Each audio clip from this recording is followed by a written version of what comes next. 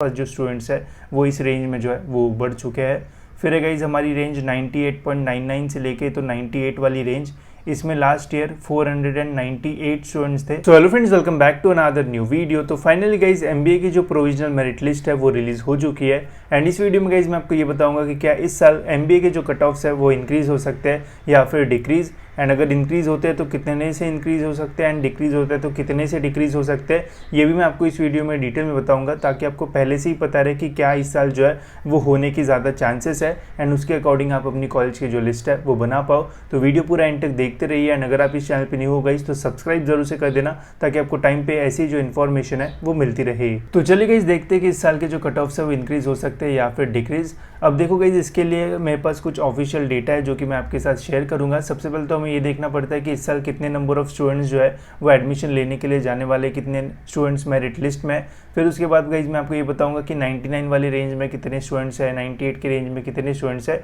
जिससे भी हमें ये समझ में आता है कि कट ऑफ इंक्रीज हो सकता है या फिर डिक्रीज। तो सबसे पहले गाइज देखते हैं कि इस साल कितने स्टूडेंट्स है। तो लास्ट ईयर गाइज 2023 में 46,638 स्टूडेंट्स हमें जो है वो मेरिट लिस्ट में देखने को मिले थे महाराष्ट्र के। वही अगर मैं 2024 की बात करूं, मतलब इस साल की बात करूं, तो इस साल गाइज 50,804 स्टूडेंट्स हमें जो है वो प्रोविजनल मेरिट लिस्ट में जो है वो देखने को मिल रहा है एंड जब फाइनल मेरिट लिस्ट आएगी तो और थोड़ा जो नंबर है वो बढ़ जाएगा। इसका मीनिंग यही है कि इस साल जो नंबर ऑफ़ स्टूडेंट्स है वो ज़्यादा है एंड ऑलमोस्ट 4,000 के आसपास जो स्टूडेंट्स है वो ज़्यादा है एंड इससे तो गाइस यही लग रहा है कि जो कट ऑफ है वो इस साल इंक्रीज़ होने के मैक्सिमम जो चांसेस है वो रहेंगे। बट अब मैं आपको ये बताऊंगा कि 99 वाली जो रेंज होती है, 98 वाली जो रेंज होती है, उसमें कितने नंबर ऑफ़ स्टूडेंट्स हैं एंड कितना कंपटीशन जो है वो बढ़ सकता है। तो उसके लिए गाइस मैंने यहाँ पे ये जो डेटा है वो निकाल दिया है एंड डिटेल में यहाँ पे आपको सारी जो चीज़ है वो समझाता हूँ एंड अगर कट ऑफ इंक्रीज़ होता है तो कैसे आप उससे बच सकते हो वो भी मैं आपको इस वीडियो में बताऊँगा।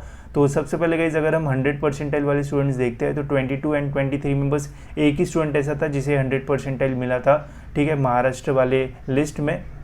वही 2024 में अगर हम देखते हैं प्रोविजनल मेरिट लिस्ट तो 2 स्टूडेंट ऐसे हैं जिसे 100 परसेंटाइल जो है वो मिला हुआ है, तो यहाँ पे भी एक स्टूडेंट जो है वो बढ़ चुका है। 2023 में 99.99 से लेके तो 99 के रेंज में 619 स्टूडेंट्स थे। इस साल अगर हम सेम रेंज में देखते हैं तो 738 स्टूडेंट्स हमें यहाँ पे जो है वो देखने को मिल रहे हैं। तो यहाँ पे भी गाइज नंबर ऑफ जो स्टूडेंट्स है वो बढ़ चुके हैं, ऑलमोस्ट 100 के आसपास जो स्टूडेंट्स है वो इस रेंज में जो है वो बढ़ चुके हैं। फिर है गाइज हमारी रेंज 98.99 से लेके तो 98 वाली रेंज, इसमें लास्ट ईयर 498 स्टूडेंट्स थे बट इस साल जो नंबर ऑफ़ स्टूडेंट्स है वो अच्छे खासे बढ़ चुके हैं। इस साल 615 स्टूडेंट्स यहाँ पे हमें जो है वो देखने को मिल रहे हैं। तो यहाँ पे भी ऑलमोस्ट 110 के आसपास एक्स्ट्रा स्टूडेंट्स हमें इस साल जो है वो देखने को मिल रहा है इस रेंज में। तो 98 के रेंज में भी अच्छे खासे जो नंबर ऑफ़ स्टूडेंट्स है वो बढ़ चुके हैं। वही 97 की रेंज अगर हम देखते हैं गाइस तो लास्ट ईयर 466 स्टूडेंट्स थे, इस साल 497 स्टूडेंट्स है, ठीक है। तो यहाँ पे भी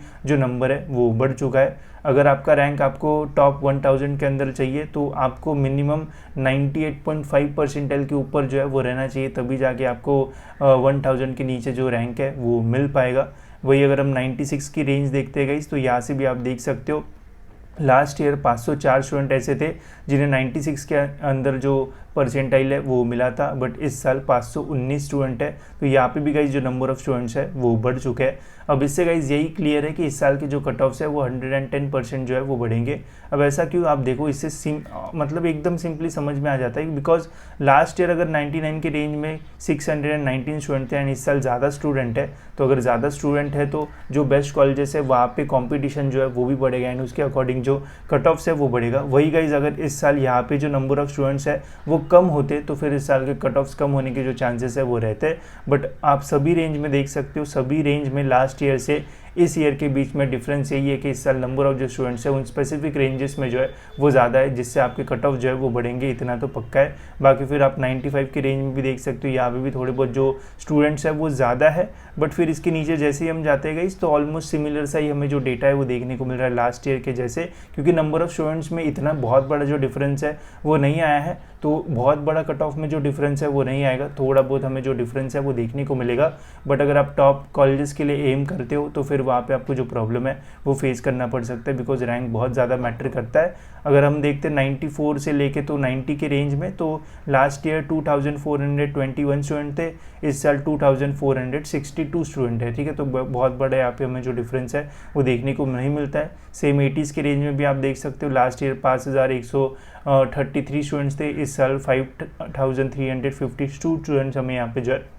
वो देखने को मिल रहा है। तो यहाँ पे इतना हमें जो डिफरेंस है वो देखने को नहीं मिल रहा है, बट ये वाली जो टॉप वाली रेंज है यहाँ पे अच्छा खासा जो डिफरेंस है वो आया है, एंड इससे आपके रैंक्स के ऊपर अच्छा खासा जो इम्पैक्ट है वो पड़ सकता है, ठीक है। तो अब इससे कैसे आप बच सकते हो, कैसे इफेक्टिवली कॉलेजेस की लिस्ट बना सकते हो, उसके बारे में भी मैं आपको थोड़ी इन्फॉर्मेशन दे देता हूँ। बट उसके पहले गाइस, अगर आपको कॉलेजेस के रिलेटेड, इसके अलावा आपको एडमिशन के रिलेटेड गाइडेंस चाहिए एंड आपको जानना है कि कैसे हमें कॉलेज की लिस्ट बनाना चाहिए, तो आप हमारी काउंसलिंग की जो प्रोसेस है वो ले सकते हो एंड इसमें एनरोल कर सकते हो। यहाँ पे हम आपको डिटेल में सारी जो चीज़ें है वो बताएंगे, जैसे कॉलेज लिस्ट को जो है वो कैसे बनाना चाहिए, कैसे कॉलेजेस को शॉर्टलिस्ट करना चाहिए, कैसे कॉलेजेस को प्रेफरेंस देना चाहिए, एंड कितने कॉलेजेस आपको जो है वो ऐड करना चाहिए ताकि आपको बेस्ट से बेस्ट जो कॉलेज है वो कैप राउंड 1 में ही जो है वो लग जाए। इसके अलावा कैप राउंड की स्ट्रैटेजी कैसे रहना चाहिए, कौन से कैप राउंड तक जाना चाहिए, मैनेजमेंट कोटा क्या होता है, वैकेंट राउंड कैसे होता है, कैसे आप अप्लाई कर पाओगे, बेटरमेंट फ्रीज क्या होता है, एंड जितने भी हमारी पर्सनल काउंसलिंग के लाइव सेशंस होंगे उनकी भी रिकॉर्डिंग गाइज आपको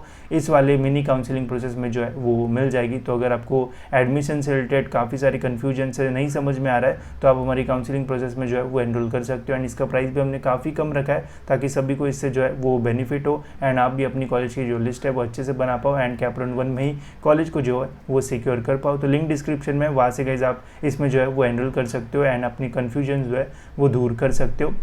अब देखते हैं गाइस कि कैसे आप इसको जो है वो टैकल कर सकते हो एंड अपनी कॉलेज की लिस्ट जो है वो और इफेक्टिवली एंड अच्छी तरीके से जो है वो बना सकते हो। तो सबसे पहले एंड सबसे इंपॉर्टेंट गाइस, तो हमेशा टारगेट यही रहना चाहिए कि कैप राउंड 1 में ही हमें एक अच्छा कॉलेज जो है वो अलॉट हो जाए, ताकि cap round 2 and cap round 3 में आप जो है वो बेटरमेंट के लिए जो है वो जा पाओ एंड और भी बेटर कॉलेज के लिए जो है वो जा पाओ। तो इसलिए कैप राउंड 1 की लिस्ट अच्छे से बनना जो है वो आपकी चाहिए। इसके अलावा जितना हमें पता चल रहा है according to provisional merit list का डेटा कि कट ऑफ इस साल जो है वो बढ़ सकते हैं एंड बढ़ने के मैक्सिमम चांसेस है। तो कट ऑफ जब आप कॉलेजेस की लिस्ट बनाओगे तो हमेशा याद रखना कि जो परसेंटाइल आपको मिला है उसके आसपास वाले कॉलेजेस जो है वो तो ज़रूर डालना, एंड ऐसे भी कॉलेजेस डालना जिनका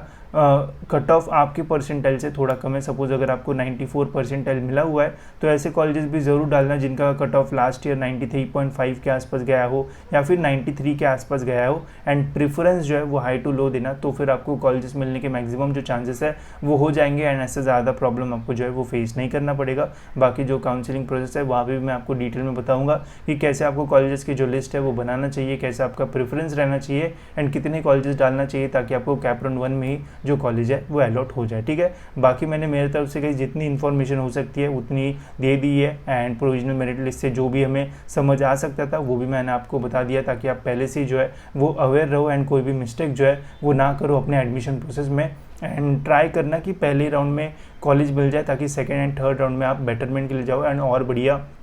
कॉलेज के लिए जो है वो ट्राई कर पाओ, ठीक है। तो होप सो गाइस ये इन्फॉर्मेशन आपको अच्छी लगी होगी। इसके अलावा और कौन से टॉपिक्स के ऊपर आपको वीडियो चाहिए ज़रूर कमेंट्स में बताना, वो भी आपको टाइम टू टाइम जो है वो मिल जाएंगे। फिलहाल इस वीडियो में इतना ही, मिलते हैं गाइस ऐसी और एक इन्फॉर्मेटिव वीडियो में।